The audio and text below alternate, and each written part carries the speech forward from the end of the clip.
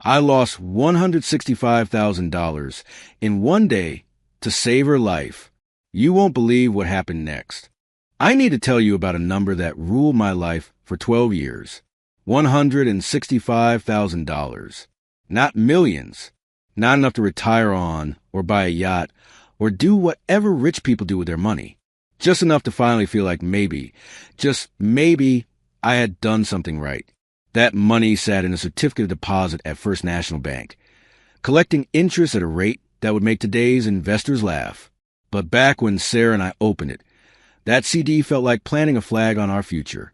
We were 30 years old, newly married, and stupid enough to believe that discipline and patience were all you needed to get ahead in this country. 12 years.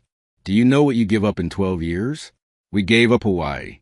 We gave up that trip to Europe everyone takes for their 10th anniversary. We gave up replacing my 2006 Honda Civic, even though the check engine light has been on since the Obama administration. And the air conditioning only works if you hit the dashboard at exactly the right angle. We gave up moving out of our apartment where the walls are so thin I can hear our neighbor Greg's entire phone conversations with his mother every Sunday at 9 in the morning. But tomorrow, finally, that CD matured. Tomorrow, we were going to walk into that bank and walk out with enough money for a down payment on an actual house. A place where we could not hear Greg discussing his digestive issues through the drywall. Sarah had spreadsheets. My wife loved spreadsheets the way some people love their pets. She had calculated our mortgage options, property tax estimates, and even factor in the cost of a new lawnmower, because apparently that is what homeowners do. They mow things. The night before the big day, she had 3 browser tabs open showing houses in our price range, each one color-coded by proximity to her work, my work, and the good grocery store that does not smell like sadness. I loved watching her plan. Her face got this focused expression, like she was solving a puzzle only she could see. After 12 years of microwave dinners and saying no to every fun thing our friends did, we were finally about to say yes to something big. But I need to back up and tell you about Aunt Marge, because none of what happened makes sense without understanding her. Marge was my father's sister, and the family treated her like a weird heirloom nobody wanted but felt obligated to keep. She was 74, lived alone in a small house in the suburbs that always smelled like lavender and old books, and she believed in something she called quantum wealth attraction. I am not making this up. She had vision boards. She had crystals arranged on her windowsills. She burned sage and wrote affirmations on index cards and stuck them to her bathroom mirror. Every time I visited, there was some new manifestation ritual she had learned from a YouTube channel or a library book about the universe providing abundance. My sister Karen thought Marge was senile. My parents thought she was an embarrassment, but I loved her. Marge wore scarves in colors that hurt your eyes. Bright purple, electric orange.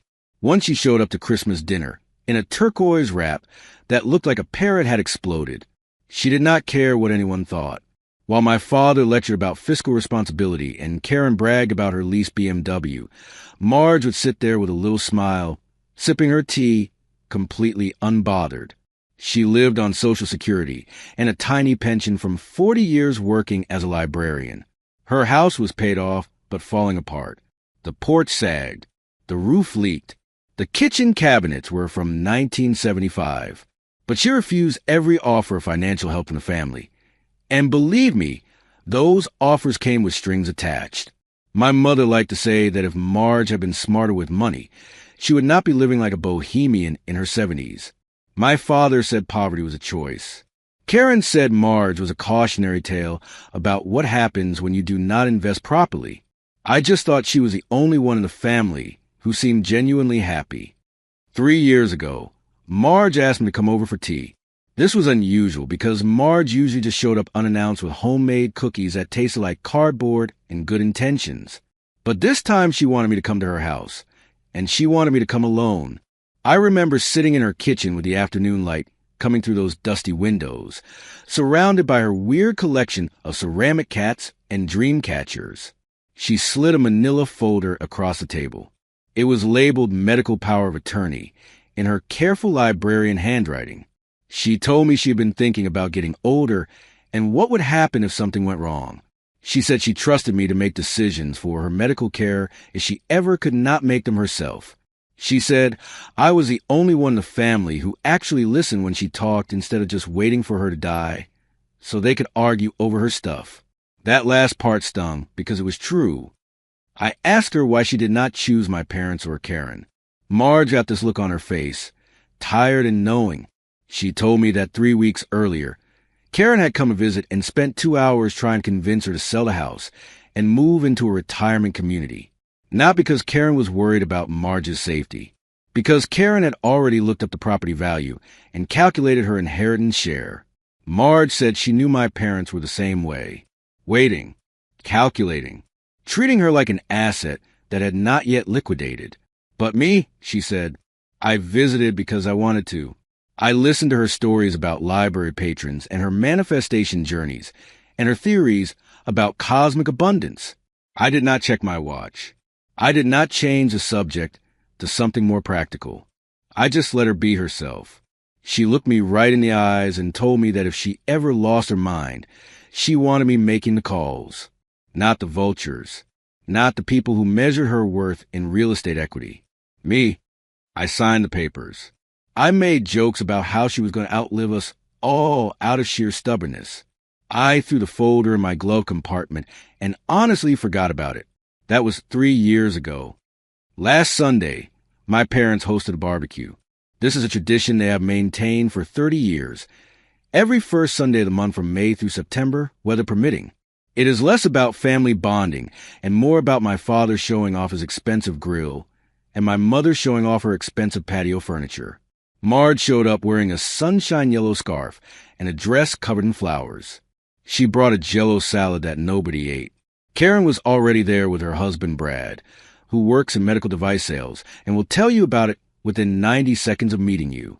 Sarah and I arrived late because my car decided the battery was more a suggestion than a requirement. We got it jumped and drove over smelling like anxiety and frustration. The thing about these family gatherings is they follow a script. My father grills expensive steaks while talking about the stock market. My mother complains about their neighbors in a way that makes it clear she thinks she is better than everyone on her street. Karen talks about her kids' achievements in a voice that is designed to make you feel inadequate about your own life choices. And Marge sits in the corner of the patio, smiling like she knows a secret the rest of us are too stressed to understand. That day, Karen was on fire. She had just leased a new car, something German and complicated, and she spent 20 minutes describing the leather interior and the dashboard technology and the payment plan she had negotiated. She kept saying it was an investment in her professional image. My father nodded along like she had just explained cryptocurrency to a caveman. He turned to me and asked how my vehicle situation was going, which is his polite way of asking why I am still driving a car that is old enough to vote. I told him the Civic was running fine. This was a lie. The Civic was held together by duct tape and prayer. But I was not about to explain our financial strategy to a man who thought struggling meant his golf club raised the membership fees. Sarah squeezed my hand under the table. Tomorrow, her grip said, tomorrow we get our money and start over. My father launched into one of his speeches about how poverty is a choice. How anyone can build wealth if they just work hard enough and make smart decisions. How people who complain about money are really complaining about their own lack of discipline. He did not look at Marge when he said this. He did not have to. Marge just smiled. She took a sip of her iced tea and said something that I will never forget. She said the universe had already written her a check. The mail was just delayed. Karen actually laughed. She laughed like Marge had told a joke. My mother got this pinched expression she gets when something embarrasses her. My father changed the subject to interest rates. But I looked at Marge, and she winked at me. Actually winked. Like we were in on something together. Sarah and I left the barbecue early. We sat in our apartment that night with her laptop open, looking at houses. There was one we both loved. 3 bedrooms, small yard, quiet street. It needed work, but it had good bones. Sarah kept zooming in on the photos of the kitchen, pointing out where we could put things, how we could make it ours. We were going to call the realtor first thing in the morning, right after we went to the bank. We had it all planned out. 12 years of planning, finally coming together. I remember thinking that maybe my father was right about discipline and patience. Maybe we had done everything correctly. Maybe the system actually worked if you just played by the rules long enough. My phone rang at 11:47 at night. I know the exact time because I looked at the screen and saw unknown number and almost did not answer. Sarah was already asleep next to me.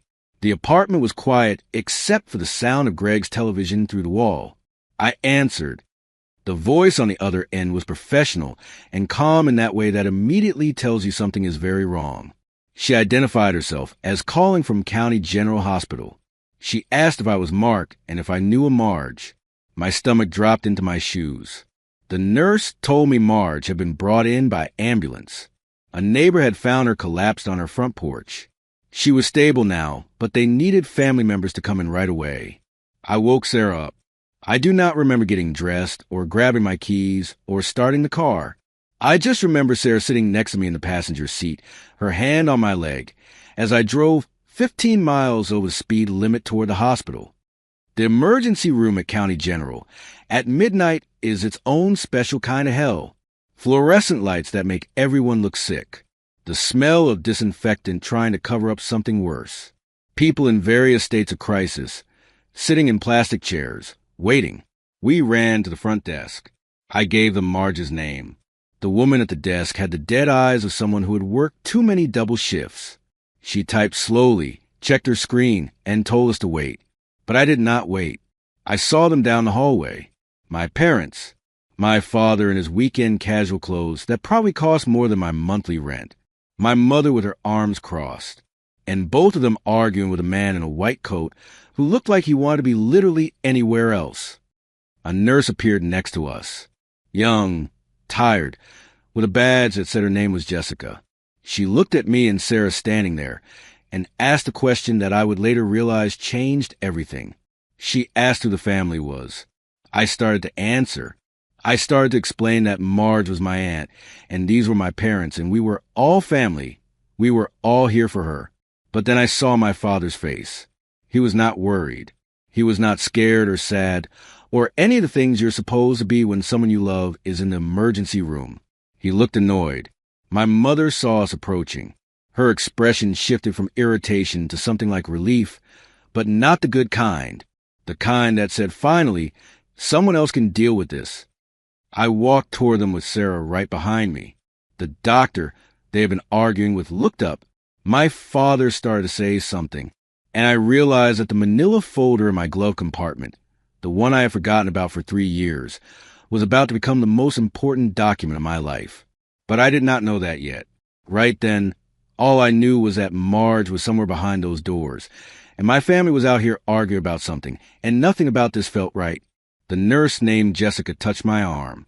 She asked again, more insistent this time, "Who here is the next of kin?" The doctor's name was Rahman. Dr. Mira Rahman, according to the ID badge clipped to her white coat.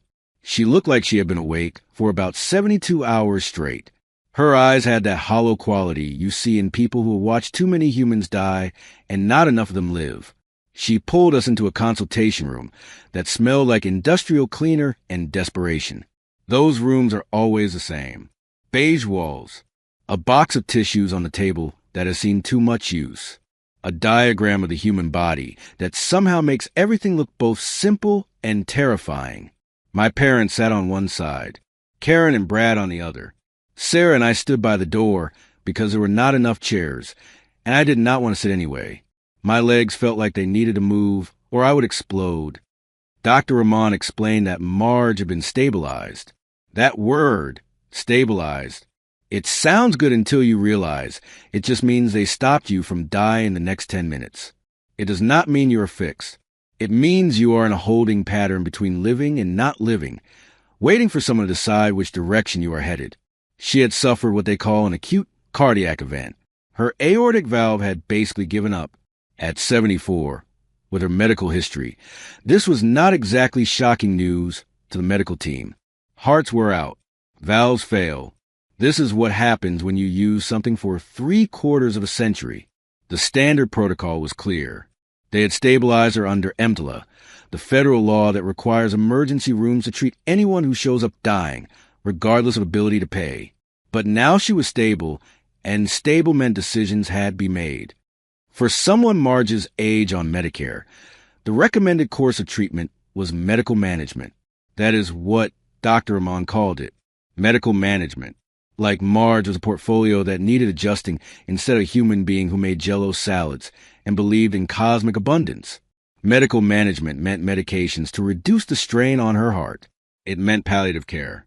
It meant transitioning her to a skilled nursing facility where she would be kept comfortable while her heart slowly failed over the next 2 to 3 months. My mother nodded along like this made perfect sense. My father asked about the quality of local nursing homes. Karen pulled out her phone and started Googling hospice care options. And I wanted to scream. Dr. Amon kept talking. She was good at her job. I will give her that. She did not sugarcoat things, but she also did not sound cruel. She sounded tired. Tired of having this conversation with families who had to choose between medical miracles and financial ruin. She explained there was an alternative option, a newer procedure, transcatheter aortic valve replacement, TAVR they called it. Instead of cracking open the chest like traditional surgery, they would go in through an artery and essentially install a new valve while the heart was still beating. It was minimally invasive. It had excellent outcomes for patients Marge's age. She could potentially have years of quality life ahead of her. The word potentially hung in the air like a promise that might be a lie. Here is where American healthcare shows you exactly what it thinks of human life. Medicare had denied authorization for procedure, not because it would not work, not because Marge was too sick or too old. They denied it because the procedure was classified as not medically necessary for her condition. The fact that she would die without it was apparently not relevant to the definition of necessary. There was another option, Dr. Amon said.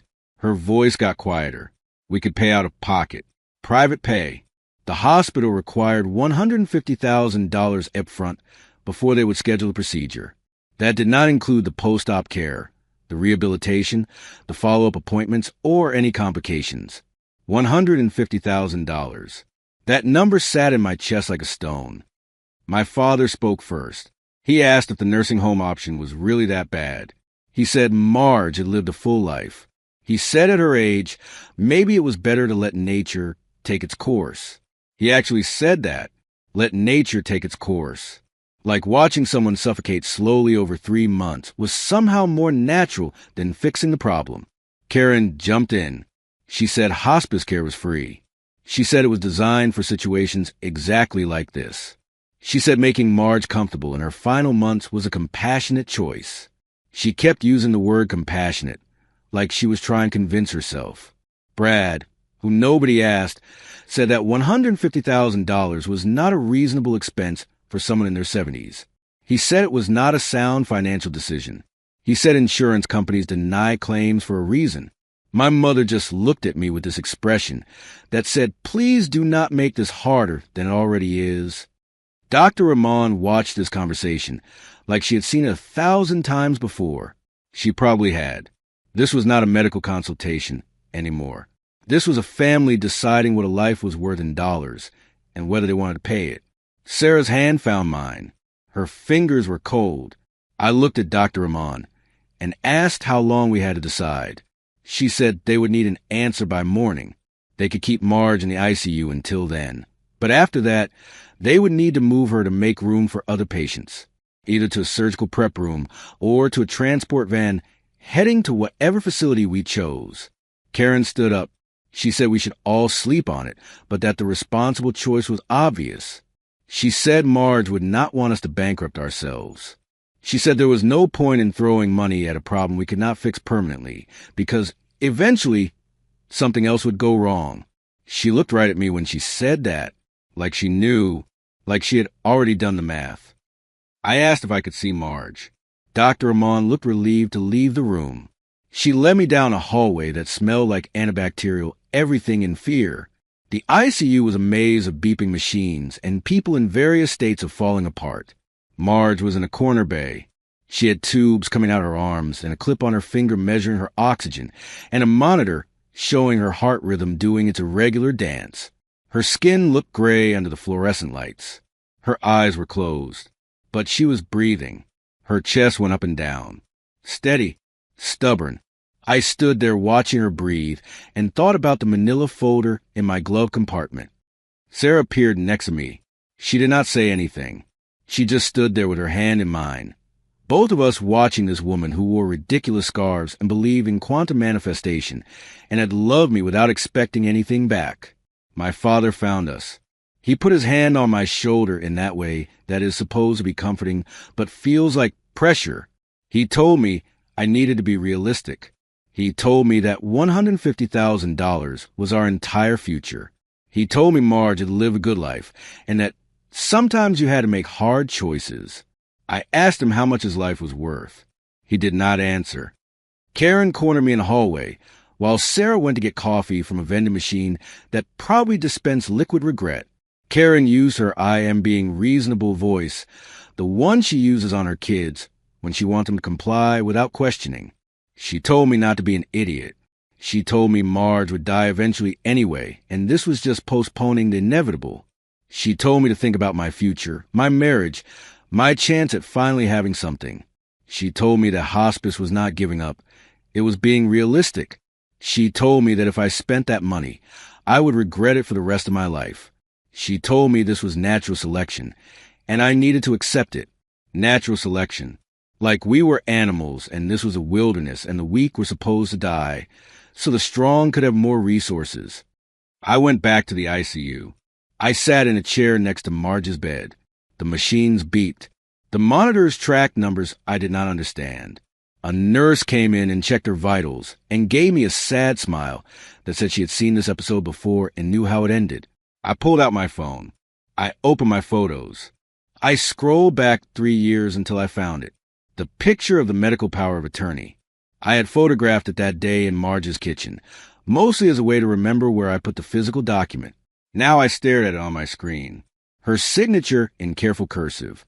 My signature looking rushed by comparison. The official stamp from the notary public. This piece of paper meant I got to decide. Not my parents. Not Karen. Me. Dr. Rahman came back around 2 in the morning. She asked if we had made a decision. My parents had gone home. Karen had gone home. It was just me and Sarah in that waiting room with the bad coffee and the television, playing news. Nobody was watching. I showed Dr. Rahman the photo on my phone. I told her I had medical power of attorney. I told her I was making the decision. I told her we were doing the surgery. She looked at me for a long moment. Then she asked if I understood the financial obligation. I said I did. She asked if I had the funds available. I said I would by morning. She asked if I was sure. I was not sure of anything, except that I could not watch Marge die slowly in a nursing home while I used her death money to buy a house. Dr. Rahman left to start the authorization process. Sarah sat next to me. She had not said a word through any of this. She had just been there, solid and present and real. I turned to her. I told her I was about to spend all of our money. Every single dollar we had saved for 12 years. I told her I would understand if she could not forgive me for this. I told her we could walk away right now and nobody would blame us. She looked at me with eyes that were red from crying or exhaustion or both. She told me that we could buy a house in 10 years, maybe 15, maybe never. But if we did not do this, she would not be able to look at me the same way. She said she would not be able to look at herself in the mirror. She said some things were worth more than houses. Her voice shook when she said it, but she meant it. The financial coordinator arrived at 6 in the morning. Her name was Michelle, and she had clearly drawn the short straw for dealing with the early shift crisis cases. She had a folder full of forms that needed signatures. She walked me through the payment structure. $150,000 due before the procedure. Additional costs for the ICU stay, the anesthesiology team, the surgical staff, the postoperative care. They estimated the total cost could reach $180,000 depending on complications. She asked how I would be paying. I told her I had a certificate of deposit that matured today. She said they would need verification. I said I would call the bank as soon as they opened. Michelle made me sign a document acknowledging that I understood this was not covered by insurance, that I understood I was personally responsible for all charges, that I understood failure to pay could result in collections and legal action. I signed everything. My hand was shaking, but I signed it all. At 8 o'clock, I called First National Bank. The automated system cheerfully informed me that my CD had officially matured and was now available for withdrawal. Press 1 to speak to a representative about your options. I pressed 1. The representative's name was Tom. He sounded young and optimistic, like someone who had not yet learned that the banking system was designed to take more than it gives. He congratulated me on my financial discipline and asked what I planned to do with the funds. I told him I needed to liquidate the entire account and transfer it to County General Hospital's billing department immediately. There was a pause. Tom asked if I was sure. He told me I had several better options for that money, better interest rates, investment opportunities. He could set up a meeting with their financial advisor. I told him my aunt was dying, and I needed the money now. Another pause. Then Tom's voice changed, got quieter, more human. He said he would process the transfer right away. He said it would take about 2 hours for the funds to clear. He said he was sorry about my aunt. I thanked him and hung up. 12 years disappeared in a 2-minute phone call. I sat in the hospital cafeteria drinking coffee that tasted like hot sadness and thought about all the things that money was supposed to be: the house, the vacations, the security, the proof that I had done something right with my life. Sarah sat across from me eating a muffin that neither of us could afford now. She did not say, "I told you so." She did not say anything. She just reached across the table and held my hand. We were broke. We were going to be eating ramen for the next decade. We were going to keep living in that apartment with the thin walls and Greg's digestive issues. We were going to keep driving my car until it literally fell apart on the highway. But Marge was going to live. At 11:30, Michelle found me in the waiting room. The transfer had cleared. The hospital had received payment in full. They were prepping Marge for surgery now. Dr. Rahman wanted to meet with me before they took her in. I went back to the ICU. They had already started the pre-op process. Marge was slightly more awake now, groggy but aware. She looked at me with confusion and something like fear. Dr. Rahman told her what was going to happen, that they were going to fix her heart, that she was going to be okay. Marge's eyes found mine, and I saw the question there. I told her not to worry about anything. I told her we had it covered. I told her to just focus on waking up after. She tried to say something, but the medication was making her words fuzzy. I think she was trying to say thank you, or maybe she was trying to tell me not to do this. I will never know. They wheeled her out at noon. I walked alongside the gurney until we reached the surgical wing doors. Sarah was on the other side. We stood there as they pushed Marge through those double doors into the bright lights and the sterile air in the place where they would either save her life, or I would have to live with the fact that I had spent our entire future on a gamble that did not pay off. The doors swung shut. I could see them through the small windows. Getting her situated, the surgical team moving with practice efficiency. Then an orderly came and closed the privacy curtains. And just like that, she was gone, swallowed up by a system that measured lives and billable hours and prior authorizations. I stood there staring at those closed doors. Sarah's hand found mine again. We had nothing left. No savings. No safety net. No plan B. Just debt and hope and the fading sound of a heart monitor somewhere behind those walls. I thought about my father saying let nature take its course. I thought about Karen saying this was natural selection. I thought about Brad calling it an unsound financial decision. And I thought about Marge in her yellow scarf, smiling like she knew a secret, telling us the universe had already written her a check. The mail was just delayed. The elevator dinged behind us. I turned and watched as they wheeled Marge's gurney inside. The surgical team surrounded her. Dr. Rahman caught my eye through the closing doors and gave a small nod.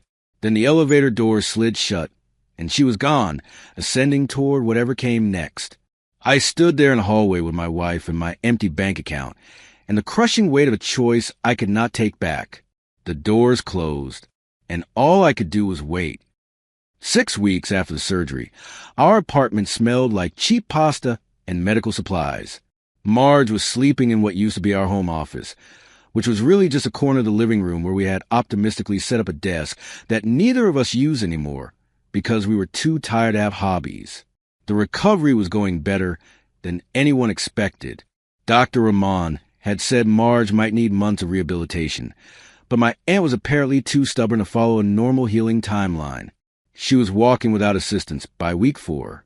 By week 5, she was complaining about our coffee being too weak. By week 6, she was doing chair yoga while watching YouTube videos on her tablet that Sarah had set up for her. But living with 3 adults in a 1-bedroom apartment designed for 2 was its own kind of torture. We had sold everything that was not essential. Sarah's good jewelry went to a pawn shop and came back as $300 that paid for medications. My collection of vinyl records that I had been building since college got listed on eBay and turned into grocery money. We canceled every subscription service. Netflix, Spotify, even the newspaper delivery that Sarah loved reading on Sunday mornings. We ate a lot of pasta, spaghetti with butter, spaghetti with cheap sauce, spaghetti with canned vegetables. I got real creative with pasta.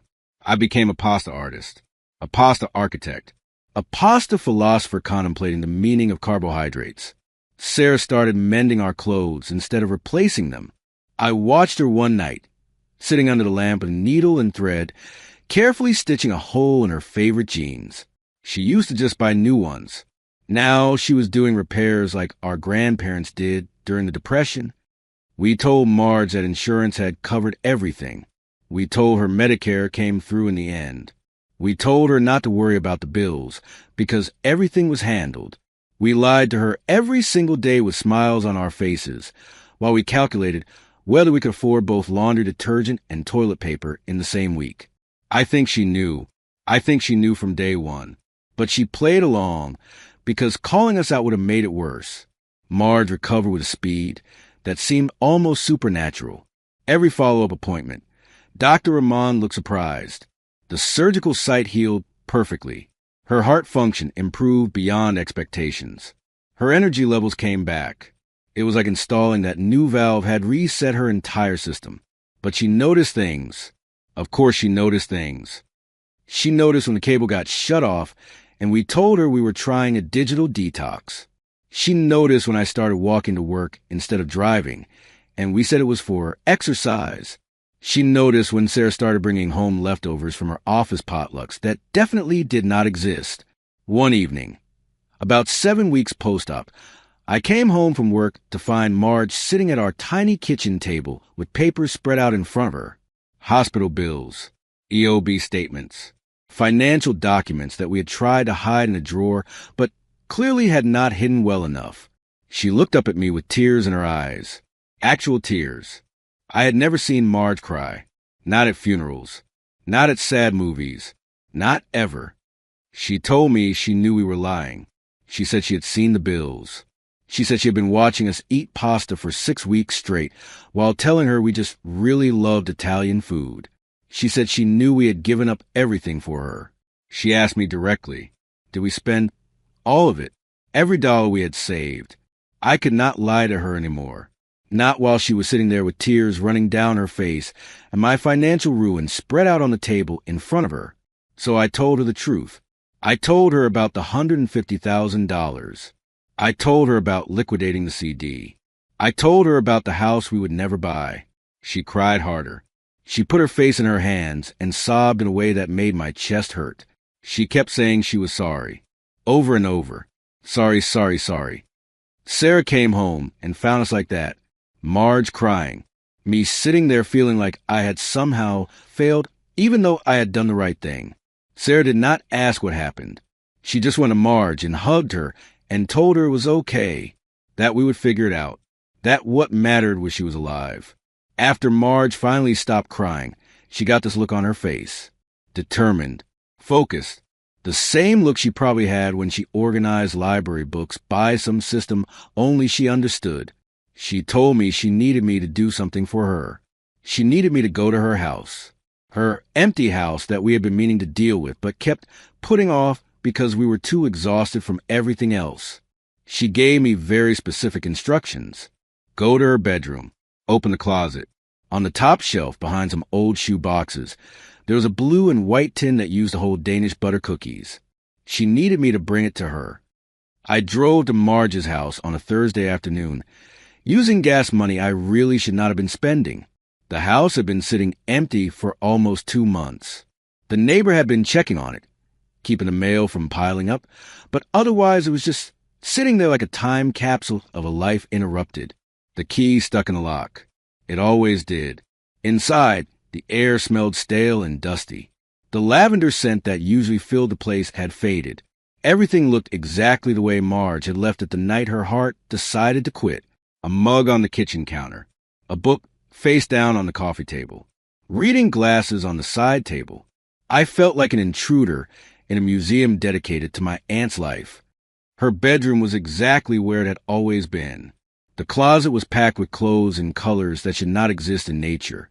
Bright purple blazers. Orange cardigans. That turquoise scarf that had offended my mother at Christmas. The top shelf was a mess of shoe boxes and storage containers, and things that had been shoved up there over decades. I found the blue and white tin behind a box of winter scarves. Royal Dansk. The cookies that come in those tins that everyone's grandmother had, filled with sewing supplies, or old photos, or buttons. I pulled it down. It was lighter than I expected. I sat on Marge's bed and opened the tin. No cookies. Obviously no cookies. The tin probably had not held actual cookies since 1987. Instead, there were newspaper clippings, articles about positive thinking and manifestation, and the law of attraction, some printed pages about quantum physics that looked like they had been copied from library books, bobby pins and paper clips mixed in like they were part of some organizational system I did not understand. And underneath all of it, a single lottery ticket, Powerball. The paper was slightly yellowed. The numbers were printed in that distinctive font they use. A date from 2 months ago, right around the time Marge had collapsed on her porch. I stared at it like it might suddenly make sense. Why was there a lottery ticket in a cookie tin full of manifestation articles and random hardware store debris? I drove back to the apartment with the tin on my passenger seat, try to figure out what this meant. Marge had never mentioned buying lottery tickets. She barely had money for groceries. Why would she waste even $2 on something with odds worse than getting struck by lightning twice while being attacked by a shark? When I got home, Marge was sitting up straighter than she had in weeks. She looked at the tin like I was carrying the Holy Grail. Her hands shook when she took it from me. She opened it slowly, carefully, like she was defusing a bomb. She pulled out the lottery ticket, just held it there, staring at it, her hands trembling. Then she told me a story that made absolutely no sense and perfect sense at the same time. She said she had bought the ticket on a whim. One ticket. $2. She had been doing her visualization exercises and felt compelled to buy one specific ticket with specific numbers that had come to her during meditation. She knew it sounded crazy. She knew what the family thought of her beliefs, but she bought it anyway. She said she had checked the numbers online the night she collapsed. She said she was sitting at her kitchen table with her laptop open, comparing the numbers on her ticket to the winning numbers on the Powerball website. She said she checked 3 times because she could not believe what she was seeing. Every single number matched. She said her heart started racing. She said she felt this wave of pure joy and shock and disbelief wash over her. She said she stood up from the table and felt this pain in her chest like someone had reached in and grabbed her heart and squeezed. She barely made it to the porch before she collapsed. The cardiac event. The thing that almost killed her. It was not stress or age or bad luck. It was literally too much happiness. Her heart could not handle winning the lottery, and it just gave up. She said she spent the entire ambulance ride and the first hours in the hospital terrified that she would die before she could tell anyone about the ticket, that we would clean out her house and throw away that cookie tin and never know. I looked at this woman, my aunt who believed in quantum manifestation and cosmic abundance and all the stuff my family had mocked for decades. I looked at her holding a lottery ticket in her shaking hands. and I did not know whether to laugh or cry or check myself into the psychiatric ward. She asked me to verify it. She asked me to pull out my phone and check the numbers. She said she needed to know she had not hallucinated the whole thing in her medicated state. I took out my phone, hands shaking almost as bad as hers. I opened the browser and searched for Powerball winning numbers, found the date on the ticket, pulled up the official results. I read the winning numbers out loud. 6 numbers, slowly, carefully, comparing each one to the ticket in Marge's hand. First number matched. Coincidence. Lots of tickets match one number. Second number matched. Okay, still possible. Third number matched. My heart started beating faster. Fourth number matched. My hands were definitely shaking now. Fifth number matched. Sarah came to stand behind me, looking over my shoulder at my phone. Sixth number matched. The Powerball number matched. I stared at my phone screen. The numbers blurred. My pupils dilated so wide the room looked different. I looked up at Marge. She was smiling. That same knowing smile she had at the barbecue when Karen laughed at her. The smile that said she knew something the rest of us did not. She asked me how many zeros there were. Her voice was steady now, almost amused, like she had been waiting 2 months to ask that question. I could not speak. I looked back at the screen. The jackpot amount was printed right there under the winning numbers. $236 million. Sarah made a sound that was not quite a laugh and not quite a scream. I just sat there. My brain had completely stopped processing information. I looked at the ticket, looked at my phone, looked at Marge, looked at Sarah, looked at the ticket again. This could not be real. This did not happen to real people. This happened in movies and fake social media stories and those emails from Nigerian princes. But I was holding the ticket, the winning ticket, worth $236 million. Marge reached out and took my hand. She told me that the universe had a sense of humor, that she had been manifesting abundance for decades and everyone thought she was crazy, that she had almost died before she could tell us, that we had saved her life with the very money this ticket would replace 100 times over. She asked if we believed in cosmic justice now. I want to tell you we jumped up and down and screamed and celebrated. That would be a lie. We just sat there in shock for what felt like hours. Sarah kept saying this is not real over and over. I kept checking the numbers again. Marge just sat there with that peaceful smile, like she had known all along how this would end. Finally, after the shock started to wear off, I asked the practical question, what do we do now? Do we just show up at lottery headquarters with a ticket and collect a giant check like in commercials? Marge, who had spent her entire life barely scraping by on a librarian pension, suddenly became the most financially sophisticated person in the room. She said we needed a lawyer, a good one. She said we needed to set up a trust. She said we needed to protect ourselves before anyone found out. She said this with the authority of someone who had clearly been planning for this moment while recovering in our apartment. We did not sleep that night. We spent hours researching what to do when you win the lottery. Turns out, most lottery winners go bankrupt within a few years. They get sued by family members. They get harassed by strangers. They make terrible financial decisions because suddenly having money does not mean you suddenly know how to handle money. The internet was full of horror stories. People who won millions and lost everything. People whose families turned on them. People who wished they had never won at all. Marge read every article with us. Then she said she wanted the best trust and estate's attorney in the state. She did not care what it cost. She said we were going to do this right. 3 days later, we sat in an office that cost more per hour than I used to make in a week. The lawyer's name was Patricia Brennan, and she had the kind of reputation that made other lawyers nervous. She listened to our story without expression. Then she laid out a strategy. We would create a blind trust. Marge would be the lottery winner on paper, but the trust would be structured so the beneficiaries were Marge, Sarah, and me. This would preserve as much anonymity as possible, though she warned us that some states require lottery winners to be publicly identified. The trust would claim the prize.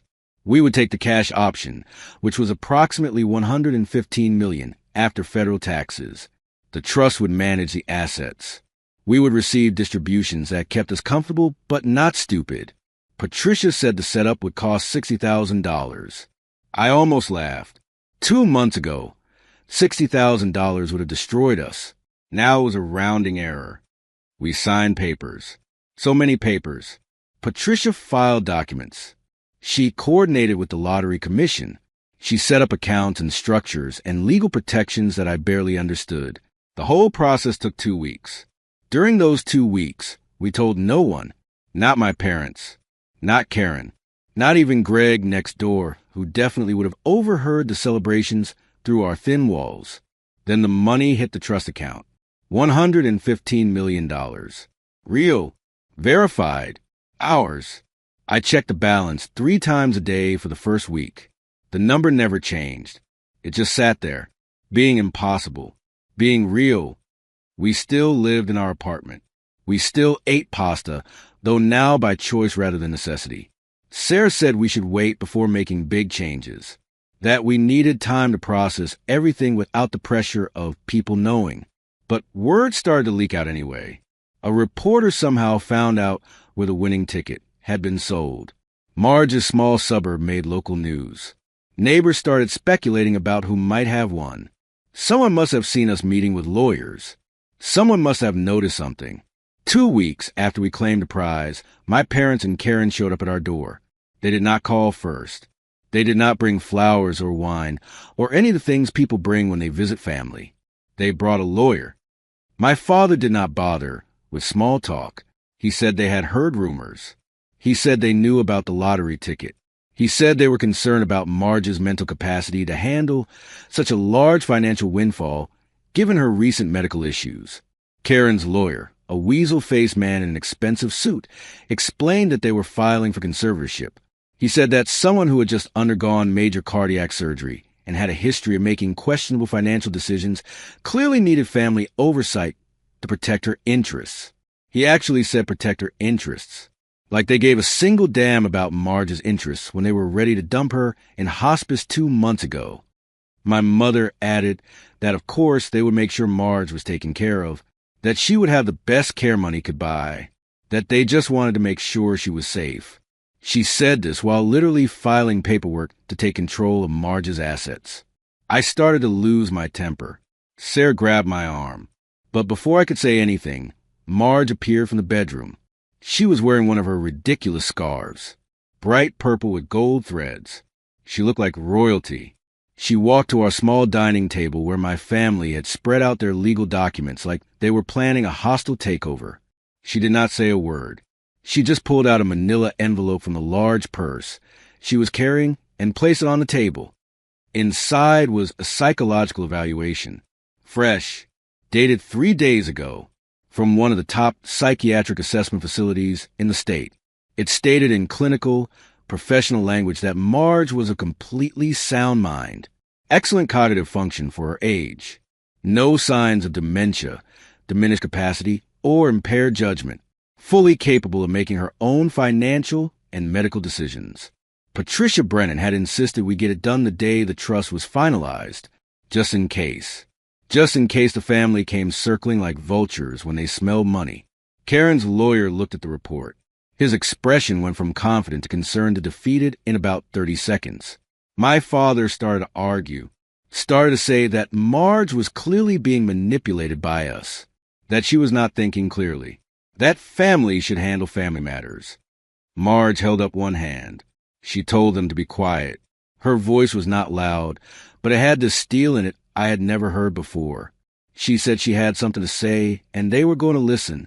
She told them that 2 months ago, they had valued her life at exactly $0, that they had been prepared to watch her die slowly in a nursing home, so they could inherit her house a few months early, that they had not visited her once during her recovery, because they had already written her off as a bad investment.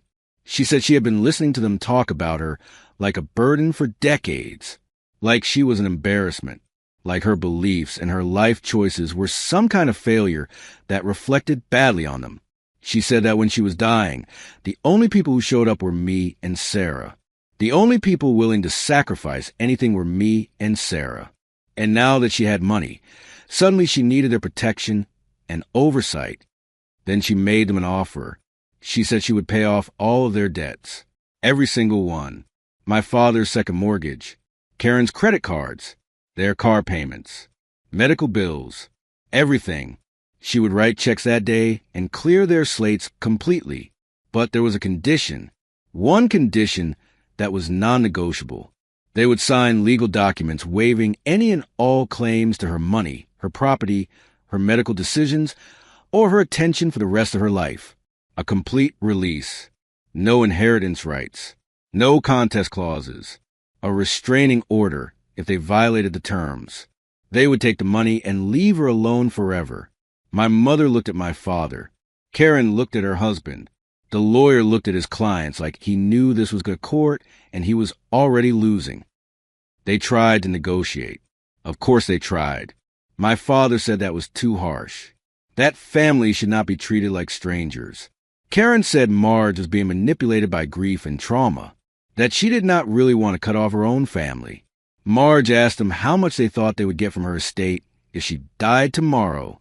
She asked them to name a number. Karen started to speak, but Marge cut her off. She said she knew exactly what they had calculated. She had overheard them discussing it at the hospital while she was supposedly unconscious. She told them her offer was probably more than they would have inherited anyway. Take it or leave it. She gave them 24 hours to decide. They left. The lawyer packed up his briefcase. Karen was crying, but it was not sad crying. It was angry crying. The kind where you realize you've been outplayed in your own game. My parents did not say goodbye. They signed the papers 18 hours later. Patricia Brennan handled everything. Marge wrote checks that cleared their debts. In return, they gave up any claim to her life. Legal documents. Notarized. Binding. My mother tried to hug Marge before they left Patricia's office. Marge stepped back. She told my mother that she hoped the money brought them happiness, but that they would not be bringing her any. She said this without anger. Just fact. That was the last time I saw my parents or Karen. They got their money. They got their debts cleared. And we got peace. A year later, we bought a house. Not a mansion. Not some ridiculous display of wealth. Just a normal house in a quiet neighborhood with a big backyard for Marge to plant a garden. 3 bedrooms. Good bones. A kitchen where Sarah could cook without hitting her elbows on the walls. Marge insisted on paying for everything outright. No mortgage. She said mortgages were for people who did not believe in abundance. We tried to argue, but she had already written the check. We also started a foundation. The Marge Foundation for Medical Accessibility. It paid for surgeries for people whose insurance companies denied coverage. It helped families who had to choose between medical care and bankruptcy. We hired people who understood how to fight insurance companies and how to navigate the healthcare system. In the first year, we funded 43 life-saving procedures that insurance had denied. 43 people who got to live because we remembered what it felt like to have no options. I am sitting on our back porch right now. It is a Sunday morning. Sarah's inside making coffee that is not the cheapest brand at the store. Marge is in the garden, wearing a bright orange sun hat that looks like a traffic cone, talking to her tomato plants about positive vibrations. Sometimes I think about that certificate of deposit, about 12 years of saving, about the house we thought we wanted, about the life we planned so carefully that evaporated in a single hospital visit. If I had not spent that money, if I had listened to my family, if I had made the practical choice, Marge would be dead, and we would be living in a house built on the foundation of a choice we could never take back. Marge was right about the universe having a sense of humor.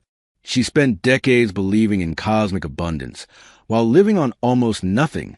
She manifested wealth while everyone mocked her. And when her heart literally could not handle winning the lottery, the only people who could save her were the ones who did not need proof to believe in her. The universe does not reward people who ask.